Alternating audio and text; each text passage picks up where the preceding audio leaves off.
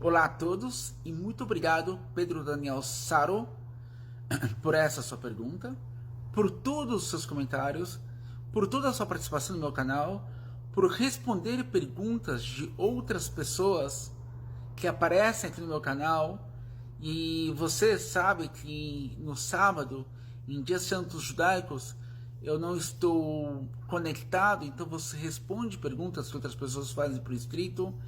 Eu te agradeço por toda a sua participação voluntária aqui comigo. Muito obrigado.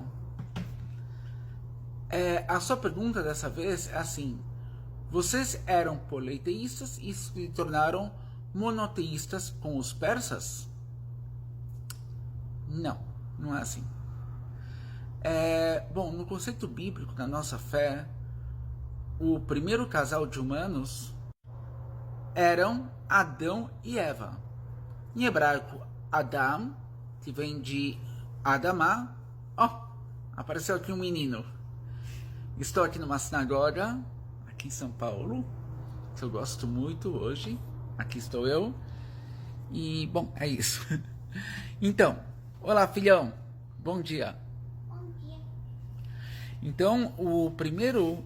Obrigado por participar, filhão, aqui comigo. Então, o primeiro casal de seres humanos foram Adam e Havá. Adam vem de Adamá, que significa terra. Terra vermelha. Esse foi o primeiro casal de humanos. E Adam e Havá, Adam falava diretamente com o Eterno. Ouvia ele, de fato, como um pai. Ele sabia que ele tinha sido acabado de ser criado. Então, ele era como se fosse um bebê com 20 anos de idade. Ele nasceu com 20 anos. Bom, isso é outra discussão, mas enfim, ele nasceu e conversava com Deus face a face. E ele não tinha como não ser monoteísta. E ele já sabia hebraico, porque o hebraico era a língua na qual o mundo foi criado. E ele escreveu um livro também chamado Raziel. É um livro que Adão escreveu.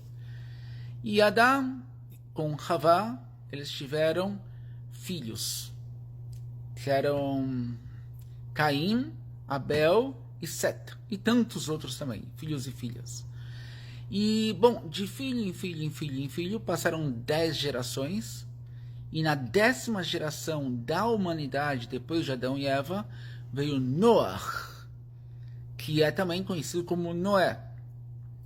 Noé falou face a face com Deus também, e Deus descreve ele na sua Santa Escritura Bíblica como o justo da geração dele. Isso quer dizer que ele também, assim como todo o povo daquela época, era um povo todo pervertido e Deus não aprovava ninguém, mas de todos os ruins daquela geração, ele era o menos ruim. É por isso que na Bíblia está escrito que Noé, vocês podem ver, qualquer Bíblia está escrito isso, que Noé era o homem justo da geração dele. Quer dizer, numa geração de pessoas todas ruins, ele era o menos ruim. Era o justo comparado a tudo aquilo que era daquele mundo naquela época.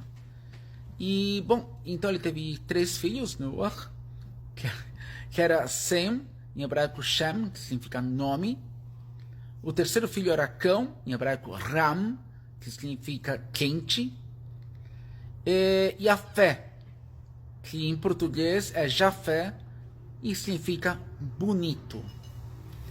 E essas eram esses 3 filhos deram origem para toda a humanidade. Do povo de Ram vieram todos os norte-africanos e todos os asiáticos. Você vê os nomes deles, são os nomes das nações e dos países até hoje. Depois de Shem ou Sem vieram todos os semitas. E de Yafé, o bonito, vieram todos os gregos e norte-europeus. E daí você vê então a origem dos povos, das etnias daquela época. E bom, e depois de mais 10 gerações, depois de Noé, de geração em geração depois de Sem, veio Abraão. Em português, Abrão, em hebraico, Abraham, em árabe, Ibrahim, que é o pai do monoteísmo, o pai das nações, do que veio depois a ser todas as religiões monoteístas da história.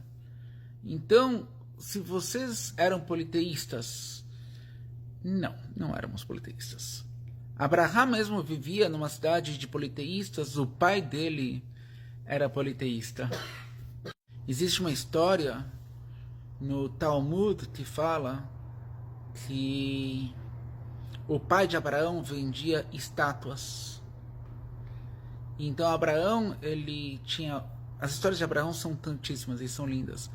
Mas que chegou uma hora que ele pegou um martelo e quebrou todas as estátuas e colocou o martelo que estava na mão dele, na mão da estátua mais alta e mais forte. E quando o pai dele perguntou quem fez tudo isso, ele falou, teve uma briga de estátuas aqui para ver qual que era mais forte, eles começaram a disputar, aí então a mais forte de todos pegou o martelo e destruiu todas as outras. Aí então o pai de Abraão falou, não existe isso, como assim, são só estátuas, eu que fiz essas estátuas, como assim que uma quebrou a outra e brigaram? Estátuas não brigam, elas são inanimadas. E aí Abraão falou, papai, eu gostaria que você ouvisse as palavras que você acabou de pronunciar. Então no dia seguinte, conforme diz o texto bíblico, Vayomer Adonai el Avram, lech lecha me'artzecha umebeit avicha el haaretz asher areka.